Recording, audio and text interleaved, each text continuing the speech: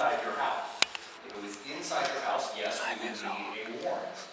But if it is in a yard, then we do not need a warrant. This issue is in many Central Ohio communities that prohibit the parking of vehicles on the grass. Again, Columbus, Brownsburg, Bexley, Gahanna, Hilliard, Westville, Grove City, Dublin, and Arlington. There are additional communities that have different regulations. Most of those communities have well-established in a number of homeowners associations, HOAs, so the city doesn't need to regulate it because the HOAs regulate it. The idea that you can do whatever you want in your backyard, especially if you have a privacy fence, is also not something that is based in fact. We have an existing Whitehall zoning code that presently regulates a number of issues in people's backyards, whether it's weeds and tall grass, litter and trash, swimming pools, barking dogs. A number of you were on council when the conversation about farm animals and livestock. We regulate people owning roosters in their rear yards. So we regulate all kinds of things. And I know that the idea that I can do whatever I want on my property is something that people like to say. However, if your neighbor wanted to open up a tire recycling plant in their yard, we would have regulations against that. So that is the purpose of having regulations. By all means, people are free and allowed to own property in this country. Absolutely, no question about that. How you utilize that property is in fact something that is regulated by the government, whether that be federal, state, or local. In fact, if you wanted to start burning tires in your backyard tomorrow, there would be no less than 4 to 6 agencies on a federal and state level that would tell you to stop. So you're not just free to do whatever you want in your rear yard. Because you can't have really tall grass in your backyard. Because you can't have trash in your backyard. These are the things that we regulate currently in people's backyards, and these are some of the issues that we've had. So there's also been a question about how we will enforce this. So I can tell you that the service department plans to enforce this the same way we enforce all of the other codes. So our code enforcement officers begin when a potential violation is either seen from the right-of-way or the road, or from a resident complaint. So whether we can see the violation from the potential violation from the right-of-way, or with permission from a neighbor from the neighbor's property, we have then a right to document that potential violation. So the pictures you just saw either came from the fact that we could see the violation from the road, or that we got permission from the neighbor. For this particular code section, because I know again this has been a particular complaint that I've heard is circulating, the code enforcement department may utilize additional tools following a complaint. So public record images from the Franklin County Auditor or web-based aerial pictures such as Google Earth. But again, that is just after we have observed a possible violation on a complaint that we received from a neighbor or from the street. Because we also understand that those pictures typically are dated 2 to 3 years. We are also going to then check with the building department to see if any additional building permits have been obtained and work done, that maybe there is an approved service that again did not show up in any of our other means of investigation.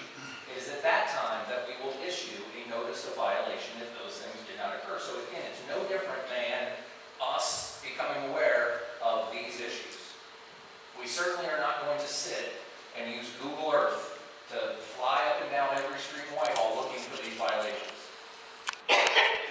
I've also heard the question of, well, doesn't current code address this? So I would point you to this picture. Well, we have current code that would certainly, regulate the tall grass, and we have regulation that speaks to having the car, maybe with the blue tarp, be considered junk or inoperable. The rest of the vehicles do not violate current code. There's also been, again, going back to these aerial photos, there's also been an accusation, assumption that, again, we're only using Google Earth or the Franklin County Auditor's website.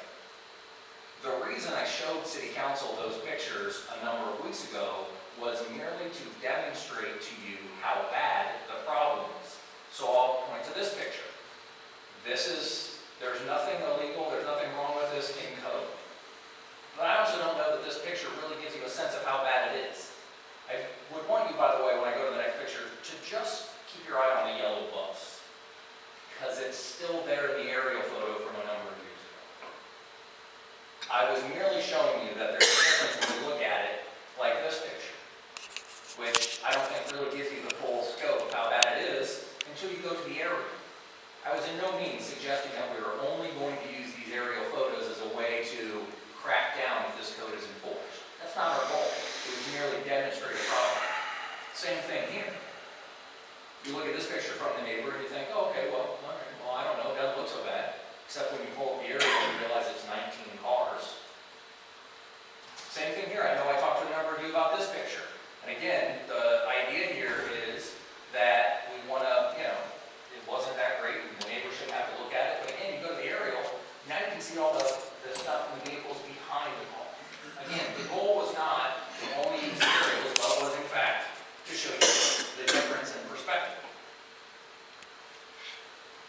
So the resident who was here a number of weeks ago, that was the feature of the Whitehall News, was concerned that he was going to have to come into compliance on this issue.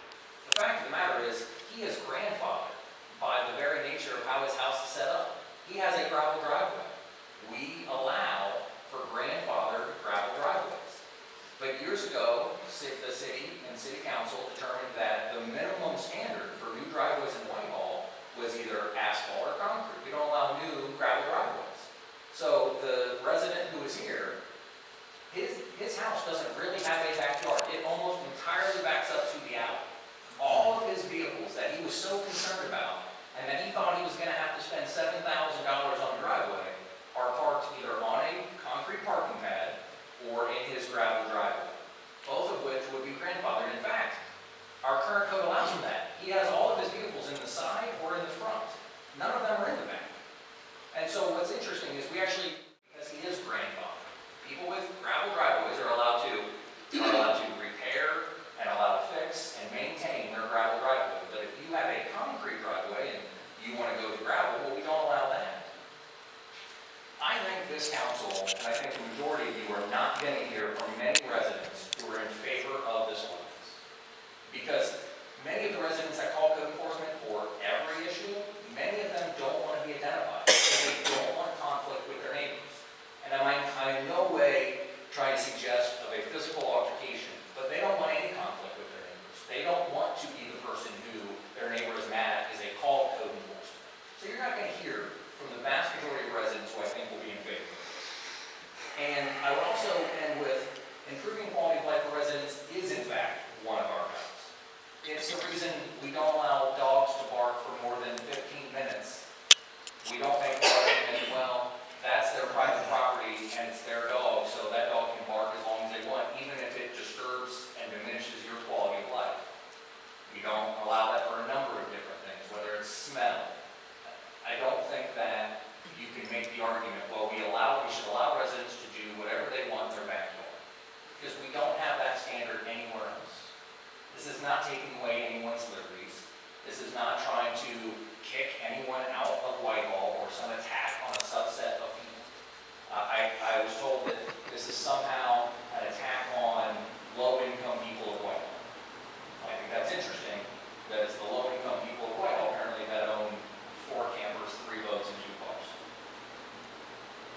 I think this is a quality of life issue. I think we're doing it for the right reasons. I think you heard from our code enforcement officers a number of weeks ago that told you that this problem is not getting better, but getting worse.